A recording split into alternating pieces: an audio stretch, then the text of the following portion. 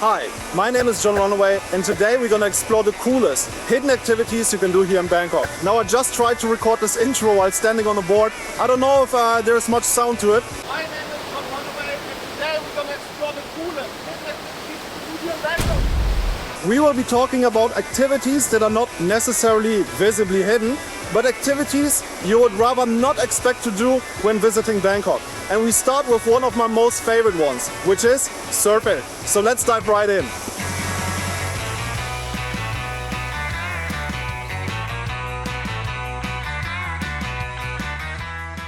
Flow House is located just off Rama 4 at A Square and offers its visitors an exciting surfing experience on their wave simulator. You can buy a ticket for 1,090 baht an hour. They often have good deals if you purchase 2 hours or come visit during off-peak hours, so best check online first if you are looking for a great deal. Go get undressed in the changing rooms in the back, take a shower, pick a board and head over to the wave simulator. Your entry fee does not only buy you access. There are also qualified surf instructors that will help you to figure this out and quickly start to enjoy your visit. The trainers do a really good job of teaching you how to do it. You will need to drop in backwards, which feels a little bit odd at first, but the rope really helps to keep you on the board. If you did snow or skateboarding before, you will get the hang of it pretty quickly. But even if you are not that athletic, you should be able to figure it out within 30 to 40 minutes. And if 1 hour ends up being too short, there's always an option to extend for another one. Before you feel confident standing on your feet, you can start out surfing on your knees. It's much easier to hold your balance that way, and given that you are closer to the ground, it's way less scary if you are afraid of wiping out. Flow House offers foods and drinks to replenish during or after your surf session. And if you are in need of a more elaborate recovery procedure, you can just head across the parking lot to visit Runaway Onsen and Spa. I covered this spot in one of my previous episodes, so go ahead and take a look if you're interested.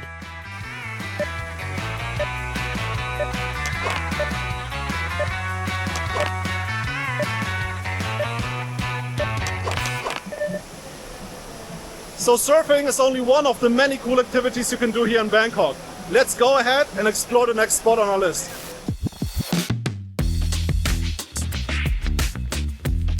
Next up on my list is the Movement Playground on Sukhumvit 69. The Movement offers beginner courses for people who want to try out parkour, the sport that involves you jumping from roof to roof and scale buildings and staircases. Well, here's where they teach you the fundamentals for it. But before we go ahead with parkour, I randomly got invited to a Krav Maga class that took place in a small gym located upstairs, inside the playground hall space.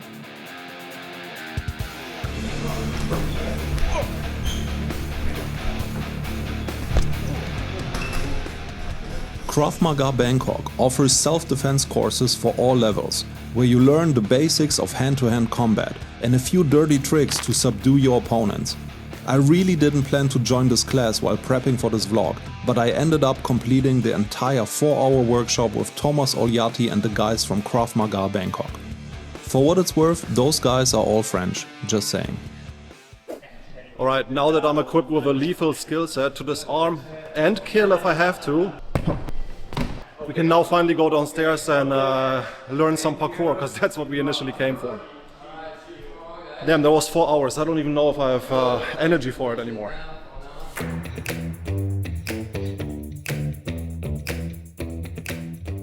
The parkour class is an hour-long class for absolute beginners. It costs 400 baht and will teach you basic techniques like leaping over objects while running, properly rolling off to minimize your impact on landing, scaling a wall, and much more. If you enjoyed their beginner class and want to expand your skills, you can sign up for more advanced courses and join their community of parkour professionals. Make sure to follow them on Instagram for more details, at the Movement Playground on Sukhumvit 69. Okay guys, so now I have the ability to scale a building, eliminate a target and escape unharmed, taking into account that I will have to leap over 1 or 2 fences while being chased by the police. That's not a bad skill to have acquired within only 1 day. It's not bad at all. So there is also a really cool bouldering gym next door called Stone Goat. But I don't think we're gonna cover it because it's not really unique enough for this episode. Plus we had a lot of physical activity for the first 2 items on our list. I think it's time to go ahead and do something a little bit more chill. We are at Sukhumvit 39 to visit Nostramo, which is one of the many board game places here in Bangkok. Bangkok has a large community of board game enthusiasts, and Nostramo specializes in tabletop wargames, providing spaces and maps to play on, as well as sets and colors to code your own army. But they also have many other fun games on display you can fetch and play with your friends here.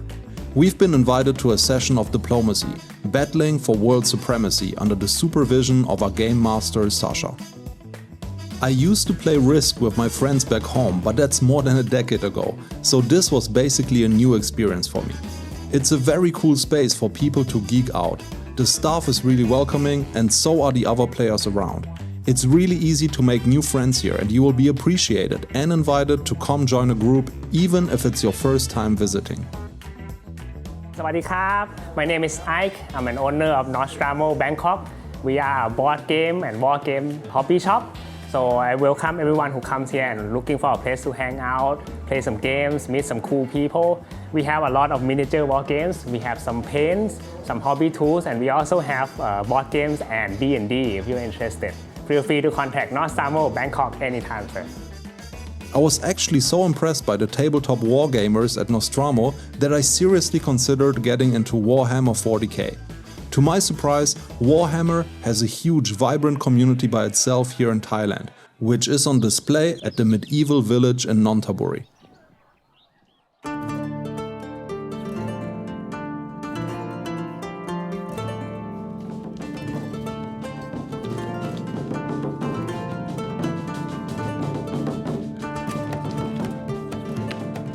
Here, you will find the home of Legendary Wargames, a prime supplier of tabletop wargames, organizer of international Warhammer tournaments, and contributor to the annual medieval gathering. This place is quite far out, but definitely worth a visit when there's an event going on like today. The medieval gathering takes place once a year and attracts cosplayers, sword fighters, archers, and medieval chefs that serve authentic Dark Age cuisine. You will find many cool side events like painting your own coat of arms or learn how to folk dance. Handmade trinkets and jewelry can be purchased here as well. If stumbling upon this type of event in the middle of Thailand isn't unique, I don't know what is. And by the way, there is no entry fee. Visiting this event is free of charge. But back to Nostramo, where we have just wrapped up our game of diplomacy and are about to head out to our next location. Wow, I'm surprised. This was actually a lot of fun. And I think we're gonna stay with the gaming theme and go from realistic games to virtual games.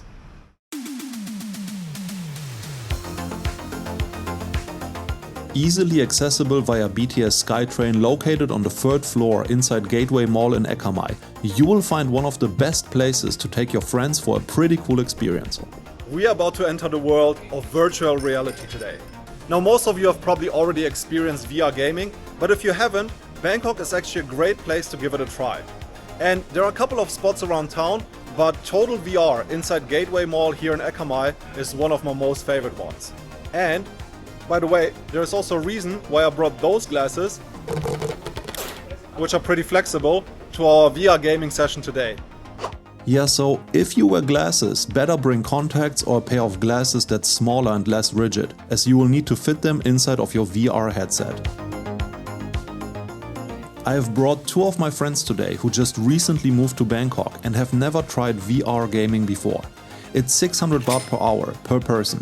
If you want to occupy multiple stations, make sure to reserve your spot online in advance. But in my opinion, bringing your friends for multiplayer is most fun.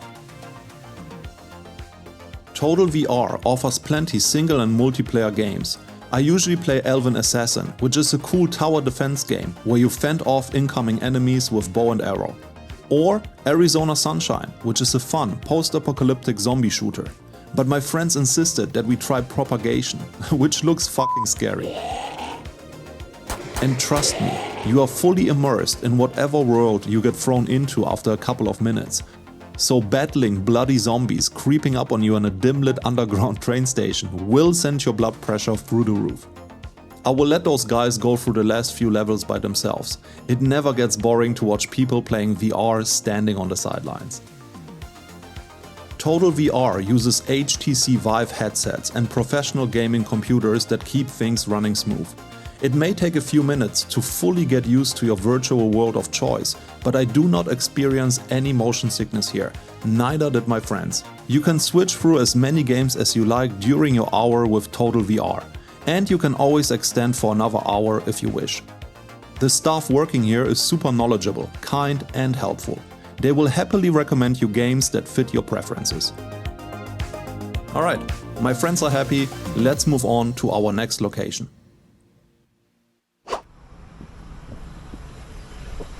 Alright guys, so we are on our way to the Royal Bangkok Sports Club to go watch some horse racing.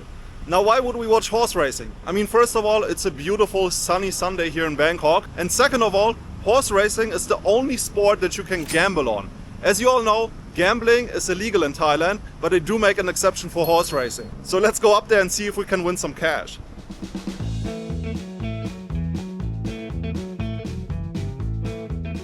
The stadium is located just a street behind Lumpini Park and across the street from Silom. Oh, and most importantly, make sure to get the almanac before you go in. You won't be able to get it once you are inside of the stadium for some reason. The almanac, or program, contains quintessential information about all horse races taking place that day. It features a schedule with all the times and weight divisions, names, odds and rankings of all the participating horses and jockeys, as well as some tips on the most likely and less likely winners, whatever those are worth. When you arrive, make sure to go to gate 3 and purchase a ticket at the counter. You can scan or pay cash. It'll set you back 200 baht. There are other gates that offer cheaper entry, but I'm not entirely sure where those lead to. Gate 3 definitely gets you access to the entire stadium, so just go with that one. Enter through the revolving gates that look a little bit like cattle barriers, making you feel like you are the horse that's about to hit the racetrack in a minute. Once inside, keep walking straight ahead until you arrive at the next important stop on today's stadium journey. The ATM machines. Now why? Because you need to take out a little bit of cash before you can go on betting. Now you can pay for food and drinks with QR code, but for betting, you will have to pay in cash. The minimum wager is just 20 baht per bet, but that can add up throughout the day. So make sure you gamble responsibly. I don't want to see you at the ATM for a second time. You can go up through the winding stairs, where you will enter the heart of the stadium.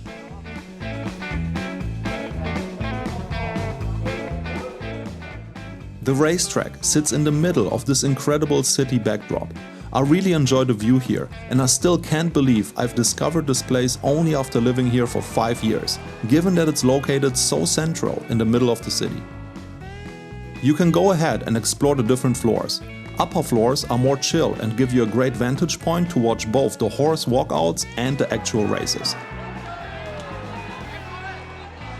The lower floor lets you get up close to the edge of the finish line. There is a VIP section upstairs, but I couldn't find any info on how to get there anywhere on the website. I just assume it's reserved for club members. Walking around the common area, you will quickly realize that this isn't a fancy crowd. It's mostly blue-collar workers who visit horse races, and things are kept fairly simple. However, there is an official dress code, at least it's stated on the website. No slippers, no tank tops, preferably pants and shirt, or whatever falls under smart casual. Given that some of my friends showed up in shorts and slippers, it's safe to say this isn't really enforced. The food and beverage choices are plenty. You will get everything from hot coffee to sodas and beers. When it comes to snacks, you're pretty much only limited to Thai food of various kinds. But considering that Thai food is a constant contender for the best cuisine in the world, that's obviously not too bad. As you might have already noticed, there are a lot of screens in several places. That's where you can follow the live odds before every race starts and check the results and payouts after each race.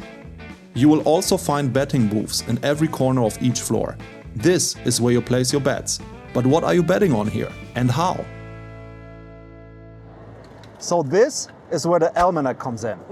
It is super convenient because it lists all of the races, including the horses, the numbers, and the jockeys' names.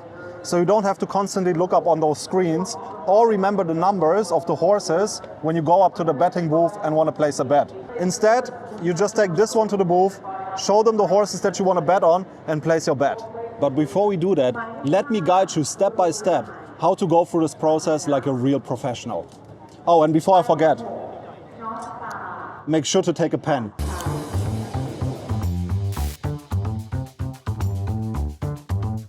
Now this is how you prepare your bets like a pro. I came up with those steps by observing some of the OGs roaming the arena. First, check your almanac to see who is participating in the next race. Circle some of your preliminary favorites. It's good to check the division of the horse and the ranking of the jockey. The higher the score, the better. Now make sure to observe the walkouts before the horses enter the racetrack.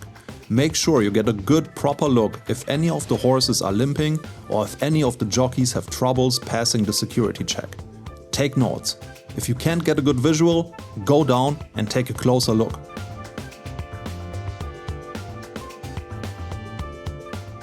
Once you're down there, take the opportunity to compare your notes with the other players, quietly. Lastly, take a look at the screens to check on what horses the bets are coming in. I always recommend to pick an underdog people seem to overlook. The odds are much better, and in a field of only 10 to 12 horses, everything is possible. Now you are ready to head to the booth and place your bets. Here is what you can bet on. When it comes to horse racing in Thailand, betting is pretty simple, but you've got to be precise. First up, betting to win. You can only choose one horse per ticket to win. So if you want to back multiple horses, say something like number 2, 5 and 9 to win, 50 baht each. That's 150 baht in total, 50 on each horse to win individually. Or you can just simply pick one single horse to win. Let's say number 2, 50 baht to win. Next, betting to place. Here you can back multiple horses on one ticket to finish in the top 3. The order on how the horses come in doesn't matter. If you want 3 horses to place, say something like this: 2, 5 and 9 to place, 100 baht. That's a total bet of 100 baht spread across all 3. If every horse finishes in the top 3, you win. Please note that the minimum bet is 20 baht per horse. So 3 horses to place means at least 60 baht. You can just bet on 2 horses to place as well. This improves your chances of winning, but lowers your potential payout. If you have communicated something wrong, or the teller happened to make a mistake, you can always correct it at the booth. Just make sure to check your tickets right away after receiving them. That's it. Winning and placing are the only outcomes you can bet on. Now let's talk odds. The numbers you see here aren't multipliers. They are counting per 10 baht. So if a horse has 90-point odds and you bet 20 baht, you win 90 times 2, 180 baht in total. Betting 40 baht on a horse with 200-point odds, you will win 200 times 4 equals 800 baht. That's it. 12. Okay. And then I will take number 3 and number 6, place. And I will take number 8, place. 50. Popcorn carb, thanks. Right, those are my winning bets. Hopefully this time. Once your bets are in, you will get a ticket for each bet. Now it's all up to the betting gods. You are very much encouraged to yell out your favorite horse's name or number across the entire arena. It helps to motivate the jockeys too.